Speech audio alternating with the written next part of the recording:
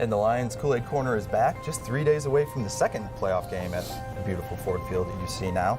I'm Derek Hutchinson. I handle our sports content for clickondetroit.com.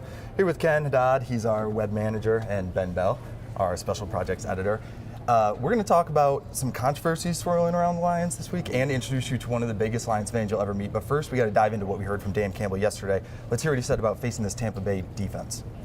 There's some things that we need to do because we do them well, and we can't go away from that. But at the same token, we got to be smart about how we attack them. You know, it's some of this, the sledgehammer against the steel door can only last for so long. You know, we got to be smart about it. The sledgehammer against the steel door can only last for so long. So he's saying that, you know, the Lions know what they're good at, but if something isn't working, they need to try something else, right? Right. So do you expect Goff to put up a lot more numbers this week, sort of like he did against the Bucs in Week 6? You know, with a healthy backfield, I expect them to stick to the run and just stay true to their identity. I don't see them deviating too much from what we've seen all season. So, you know, they might rely more heavier on the pass because, you know, the Bucs are a good run. They have a good run defense. They're kind of like, they almost mirror the Lions, the way they use their linebackers to stop the run. But I think run yards might be a little hard to come by, but I think our guys are capable of just breaking a few big plays, and I think they're going to come in chunks. But it's going to be interesting because, you know, with the crowd and everything, our offense is a machine, and they just seem to, you know, cut through butter no matter who they really play. So that could be the case, and they could just be marching up and down the field. Yeah, like Ben said, first time that the Lions played the Bucs, 10 carries for 15 yards. Craig Reynolds was the leading rusher. But when you add Gibbs and Montgomery to the mix, that changes things, right? It's going to be a whole different ball game. Yeah. I mean, there's no way they're going to be very committed to the run. And you got to think every defense that plays the Lions is in that planning room, and they're like, we got to stop the run, right? Right. And it doesn't work. Yeah. So, and you know what? It's really hard to plan against the Lions offense. Like, if you're going to stop the run, good luck, because they're going to throw some crazy plays at you in the passing game, and then they're going to run the ball again when you least expect it, and Gibbs is going to bust a 50-yard. I mean, like, it's going to be really hard for them to stop everything. Dan Campbell called them a championship-level defense. Do you think that Ben Johnson, we're going to see a little something creative from him? Because he really didn't have to go off script at all against the Rams. Against this defense, you might have to. Yeah. I think he's going to have a couple tricks up his sleeve because, you know, this defense their front seven is pretty stout, and I think at some point you're going to have to pull out a little trickery for a big play. A comparison was made during Campbell's press conference yesterday that was very interesting to me. Somebody said, this year's Bucs are like last year's Lions if the Lions had made the playoffs, in that they were sort of out of it and then they rushed to win a bunch of games. Does that make you have a little bit more respect for them, or what do you think of that comparison? I completely disagree with that assessment. I don't think I think the Bucs completely limped into the playoffs in the worst division in football. They are not the Lions from last year. They do not have the future that the Lions are building right now. They are just they won enough games in a terrible division to get a playoff spot, and that's the Bucs to me. And I would say, do not be fooled by that game last week, them beating Philly, because Philly was really, really bad.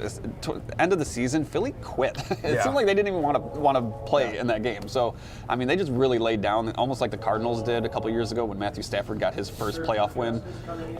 You know, that's really what Philly reminded me of. So I think Dan is just trying to be really nice to the Bucs. Like, I think he's just like, he probably saw the whole like CJ thing, and he was like, let me just say some nice things. Soften the blow a little bit. They feel like, oh, okay, like there's mutual respect. There is. Yeah, we'll talk about that later. All right, here's Campbell on Sam LaPorta. He had a very, very encouraging update. I was impressed. He helped us. You know, he was not 100%, but he helped us win that game. He did exactly what we needed him to do for that game, and he's coming along. He's gotten better. He feels better than he did this time last week. That's encouraging. And so I just, I go back to this. I think that's for a young player that doesn't know what this is, and I'm not 100%, to be able to, he knew he could get this done and he could help us, I think goes a long way. That's not an easy thing for a young player. And there again, if we believed that this was going to be man, if you do this now, the odds of you're going to set yourself back for years, or you'll never be the same player. We wouldn't put him out. We wouldn't even talk about it. So it's about the way the player believes in himself and what he can get done, and so he stepped up and helped us.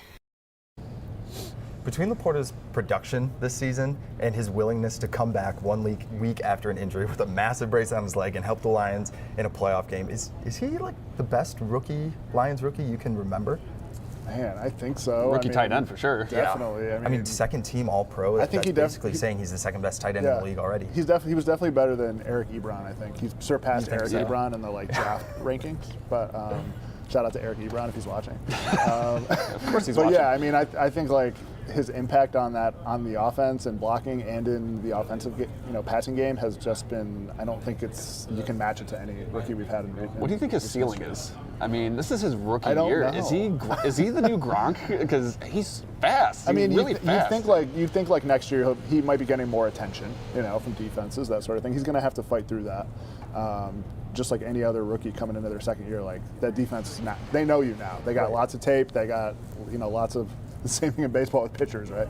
It's just you gotta fight through that. If he gets through that, then he's going to be a star. Yeah, he is the kind of guy that you game plan around. Yeah. So an All-Pro tight end, rookie on a rookie contract for the next 4 years. Yes. pretty exciting, right? that is money. Yeah. LaPorta isn't the only injury that we're tracking for the Lions. Yesterday, they released their estimated practice report, which they didn't. They only had a walkthrough. They didn't have a full practice. So this is what the Lions say that they would have been if they had a practice. Obviously, Khalif Raymond would not have practiced. That's one worth watching for sure. Frank Ragnow, this was just a routine rest day. He does this pretty much every week on Wednesday. They just list every body part. Yeah, he's hurt everywhere. But, yeah, so, and then Man's got a headache. Alex Anzalone, he was limited, but Campbell said he's going to be a full go, so expect it to be good on Anzalone. And then these guys were a full practice, which, a couple names on this list. Obviously, LaPorta, nice to have him another week getting healthy. Brian Branch, he's doing okay.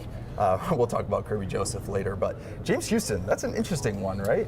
If James Houston is good to go, are you playing him this weekend? Have they activated him yet today? He's still on his 21-day window. Right. But that's coming to an end here, so they're going to have to make a decision. Obviously, the tricky part of that situation is you have to make room on the roster if you activate him. And I think that's the main reason he hasn't been activated yet, because this is the playoffs. You got to be very strategic with your rosters.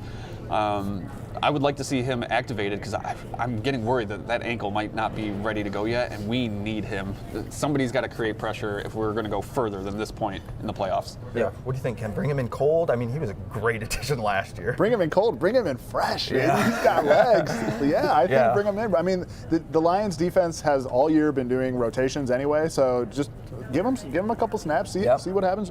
Send him on a blitz. Let's see what he can do. He can't. I mean, they're missing pass rush right now. They have Hutch, but he can only do so much, man. Yeah. Khalif Raymond is probably the biggest name that we saw on that. Yeah. Wide receiver, he's a factor on offense, but he really makes a difference in the return game. So what would it mean to have him back? He just seems like he's always due for 2 big plays per game. Yes. You don't hear his name the entire game, but all of a sudden he's got a huge 40-yard pass or something, or catch.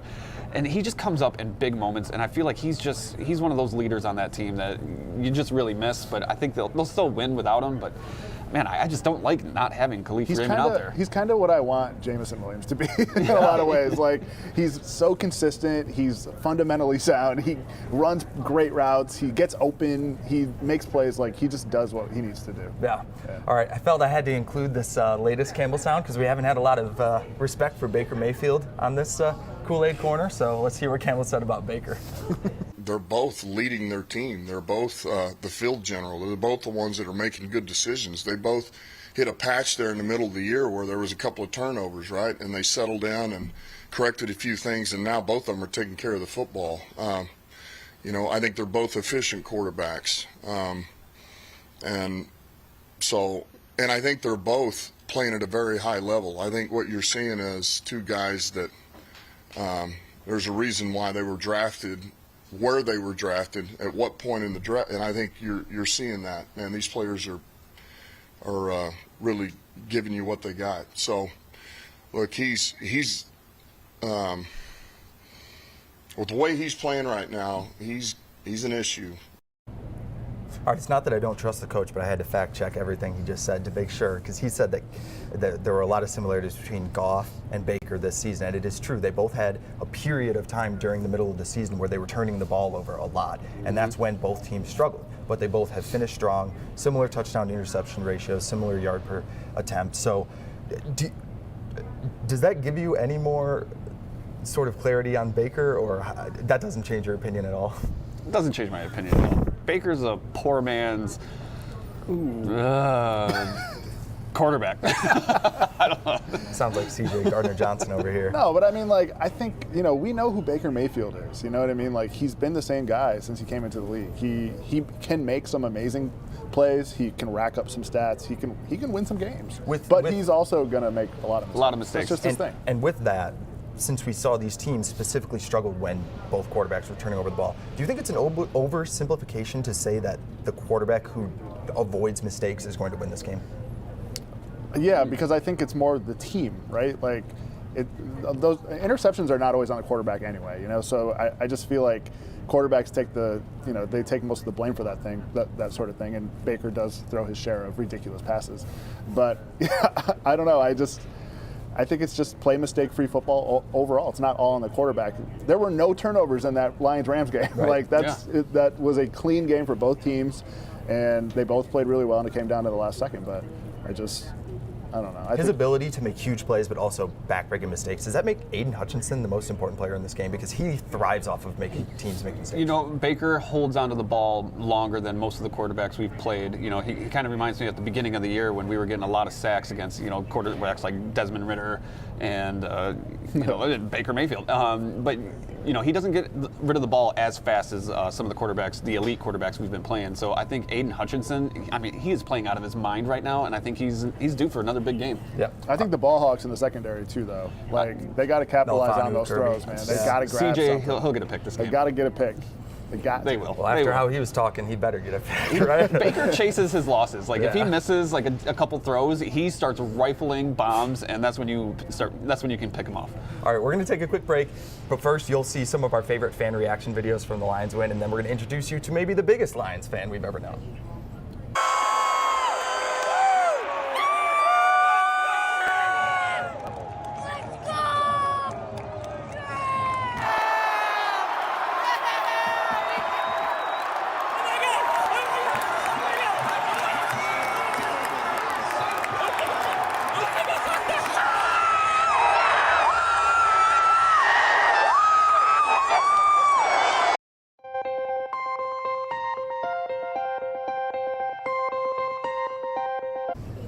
All right, we're back with a fan who you might have met last week during our Lions-Rams coverage. It's Bobby. Bobby, thank you for joining us. Thank you for having me. So I want to know, you are a humongous Lions fan. When did you become a Lions fan, and how did it happen? I've been a Lions fan since about the time I could walk. Sundays were for Lions. I mean, that's what our house was built around. So I've been coming down to games at the Silverdome probably since I was 9 or 10 years old.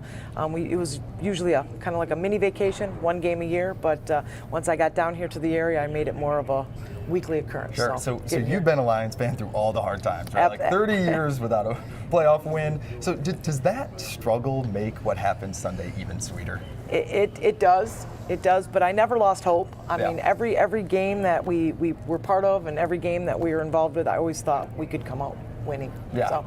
That's what a true fan is, right? Yeah, I guess. So obviously we saw your reaction after the Lions sealed it off. What did you feel?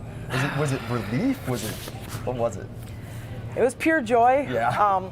I'm going to be honest with you, though. The last 8 minutes of the game, I didn't know whether to scream or throw up. For 12 years, I watched Matthew Stafford make comebacks in the fourth quarter, and we cheered for that, and we loved that, and that's who he is.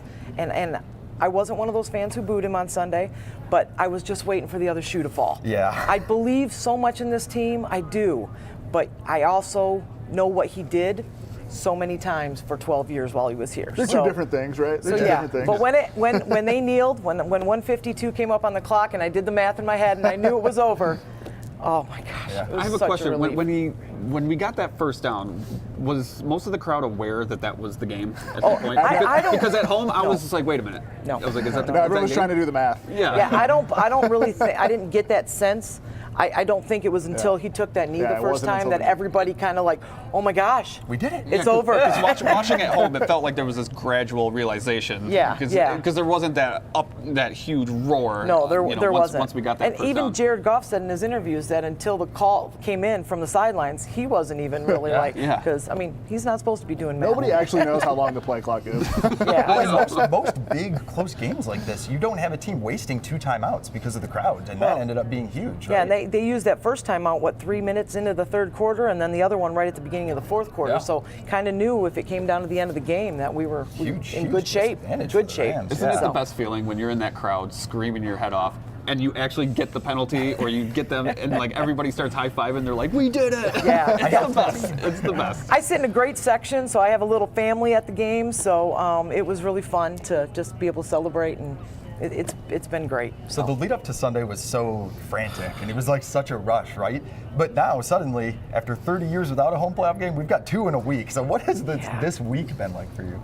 Well, I mean, I do a lot of pacing all week long. My husband's like, "Is Sunday here yet?" I clean the house. I go crazy. You know, I pace around my office at work. But no, it's been unbelievable. And I'll tell you, before the game, while we were all watching that Green Bay score on the board, I mean, the stadium was erupting before the game even started. Watching the Green Bay keep scoring and scoring, and knowing no one wanted to cheer for Green Bay. We were cheering for another home playoff game. Right. That's what we were cheering for. You're cheering against the Cowboys. Yes, right? exactly. We were not cheering for the Packers. We Yeah. were cheering for another game. You were at the last playoff win at the Silver Dome. I was. I want to know what the atmosphere was like comparing Ford Field at a playoff game and the Silver Dome.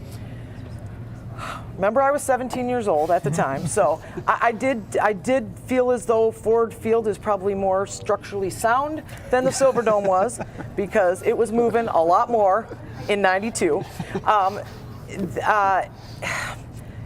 At the '92 game, we scored so quick and so early that at halftime you knew you were going to celebrate the rest of the way through, that Dallas wasn't coming back. Right. They couldn't convert a first down. I mean, they couldn't move the ball on us. It was so much different on Sunday with Stafford there, and like I said, knowing how he is in the fourth quarter and what he does for a team. It was nerve-wracking. Right, less of a celebration. Exactly. In '92, it was like we were celebrating after the second touchdown, and because Dallas couldn't do a thing. And this one, you're just, like I said, waiting for the other shoe to fall. Now, was that the game where the infamous beer story? Is that where that? Yes. Okay. I was. Can you tell that story? Yeah. By the end of the first quarter, I was 17 years old. 3 rows from the top of the dome. I was in the corner end zone where Willie Green caught his first touchdown. And by the end of the first quarter, I was completely covered in beer, because Willie Green scored the touchdown and everybody just raised their hands in the air, whether they had cups of beer or not. I was soaked. I didn't care. So didn't care. It was awesome. Yeah. Didn't get in trouble? No, I mean, I had a 2.5-hour ride home, so I was All right. might have been questioned a little bit. What is your feel for Sunday's game? Are you feeling like the Lions are going to win, or? I feel very confident in a win.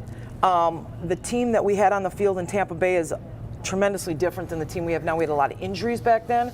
Our running game wasn't intact when we went down to Tampa Bay. That's a different story now. I'm hoping Houston comes back to help with the edge pressure. I love the fact that Baker Mayfield's not really a running quarterback. I'm predicting 35-24. 35-24. All right. what my And prediction hey, is. you've been good luck at playoff games, so. I hope it continues. Yeah, Bobby, before we let you go, I want to see if you would agree to take our fan poll, our Lions fan poll that we absolutely. put up earlier this week. So I'll read these questions Okay. to you. All right. How confident are you that the Lions will beat the Buccaneers? 100%. So no doubt in your mind, or Yes. no doubt in your mind? No doubt in Okay. my mind. If the Lions win, would you rather they play the Packers or the 49ers in the championship game, or does it not matter? I want the Packers because that gives me another home game. All right, yeah. And we can redeem ourselves from Thanksgiving Day. If they do play the Packers, do you think the Lions will beat them, or do you think it's a toss-up, or do you think they would lose? No, I think we'll win. Beat them? Absolutely. And same question for the 49ers. You think the Lions can beat the 49ers? I'm got to be a little more honest here. Yeah. If we end up having to travel across country to play the Niners, McCaffrey scares me. He really, really does.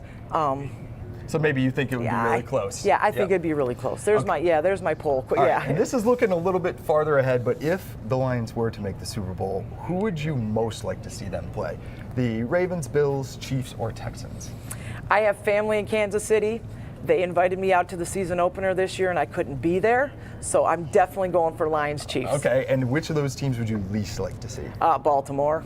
I'm not a big fan of us and running quarterbacks. And I think I know the answer to this already, but do you believe the Lions are true Super Bowl contenders this season? I'm going to be honest. You asked me honestly. Yeah. I thought it was going to take 4 years. I really did. And to have it be year 3, yes, if we can get there, I think we can do it. It's going to be a tough battle. Yeah. But I do think we can do it. But I really was a 4-year girl. Yeah. Well, I was on the 4-year plan. I think a lot of Lions fans are right there with you, Bobby. Thank you so much for joining us. You're very welcome. It was fun. Thanks for having me. We'll have some more of our fan reactions.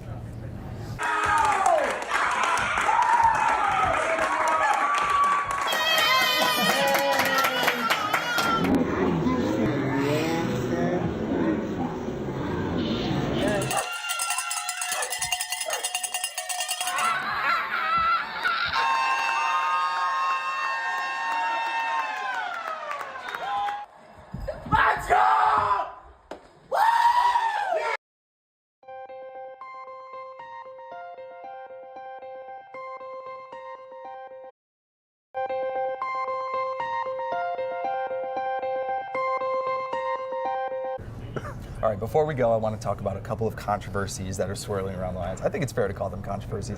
The first involves safety Kirby Joseph and a hit that he put on Tyler Higbee and the Rams this week. Here's what Dan Campbell had to say about it.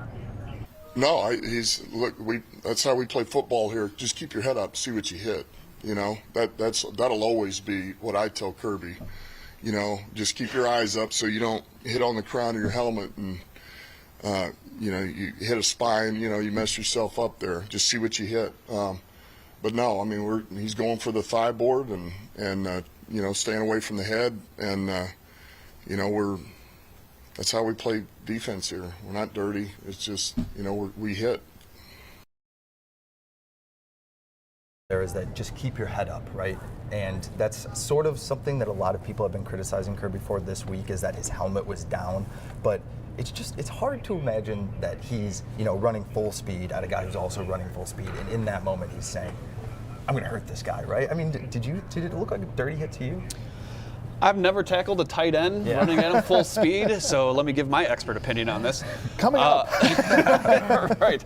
I mean, when I saw that hit live, I was just like everybody else. Oh, you know, I loved it. But you know, you don't want to see players get hurt. But you know, I love his tenacity. I say keep playing. It didn't look like he was intentionally trying to hurt anybody. You know, I see tackles like that all the time, and I think a lot of times it just depends on how that guy absorbs that hit and lands. I think a lot of it is that he's developing a little bit of a reputation. We saw him involved in a play that T.J. Hawkinson got injured on. But when you think of a dirty hit, I think most football fans are like helmet to helmet. Yeah, or like really at the quarterback's knees. Exactly. Yeah. So this was a little bit different. It's becoming increasingly hard to figure out what legal tackling is. Like every single year it gets like a little bit more specific. And so like it's so hard to make that call in real time. Like Kirby's running full speed, the tight end's running full speed. It's a huge play. He's trying to make sure that he doesn't catch the ball. That's literally his job. Right. And he did the job. Yeah. There were no flags on the play, right? He hasn't been fined, to the best of my knowledge. There were no flags on the play, but did you, I'm not sure, did you guys hear what Matthew Stafford said on a hot mic after that play? He ran right up to Kirby and said, hey, that's a good hit. You're dirty as bleep, though, and you know it. It's been on tape. I've seen it. He's probably talking about the Hawkinson play, and you know, that's Stafford's boy too. Yeah, that's right. Who knows? I mean, I think, you know, he's protecting his guy though. He's protecting his guy. He's going after him. It is what it is.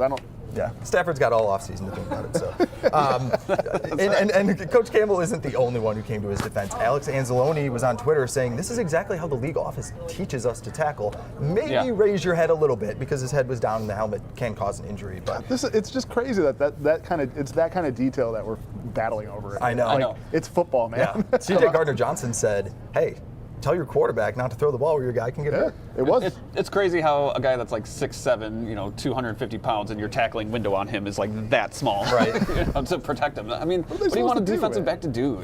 They're at such a disadvantage these days. Yeah. All right, Ken, I know you have some thoughts on C.J. Gardner-Johnson, because let's get to the other controversy here. C.J. Gardner-Johnson was talking about the Bucs wide receivers and guarding these wide receivers, and he said, if you give that Tampa group a good quarterback, that's a great group. So obviously a little bit of a shot at Baker Mayfield. What did you take away from this? My takeaway is that C.J. Gardner-Johnson needs to shut up. No, I love it. Listen, this man is acting like he's been here for 10 years. Like he's like a veteran fan favorite who's like on his third contract. The man has played 4 games for the Lions on a 1-year deal, and he's out here like speaking for the team, giving the other team bulletin board material in the playoffs. He played 2 games, and then his entire rehab, he was on Twitter talking trash. Dude, I mean, like, I get it. You're a funny dude. You're outgoing. I love that. But like, now you're giving the other playoff team bulletin board material. Enough. Like, wrap it up. Talk trash after the game if you want. Well, he's one of those players that says he can back it up. So as long as he backs it up, I'm fine with it. But he better back it up. Yeah, if he makes a big play this weekend, we'll all be like, yeah, say whatever you want about Jordan Love or Brock Purdy next week. I just find it really amusing that this guy thinks like he signed to this 1-year deal and now he's the captain of the team. Like, he's like the press secretary. Like, come on, man, just relax. Just make a joke and move on. Yeah. Baker Mayfield, say whatever you want about him. He loves having a chip on his shoulder. I mean, since his college days, I remember him playing at Ohio State, at Oklahoma, planting the flag. On the block. Oh, I mean, this is a guy who you don't want to give any extra motivation. But according to Ben and Ken, he has no chance to win the game anyway. So that's going to do it for us today. We do have one more Lions Kool-Aid Korner tomorrow. So join us then.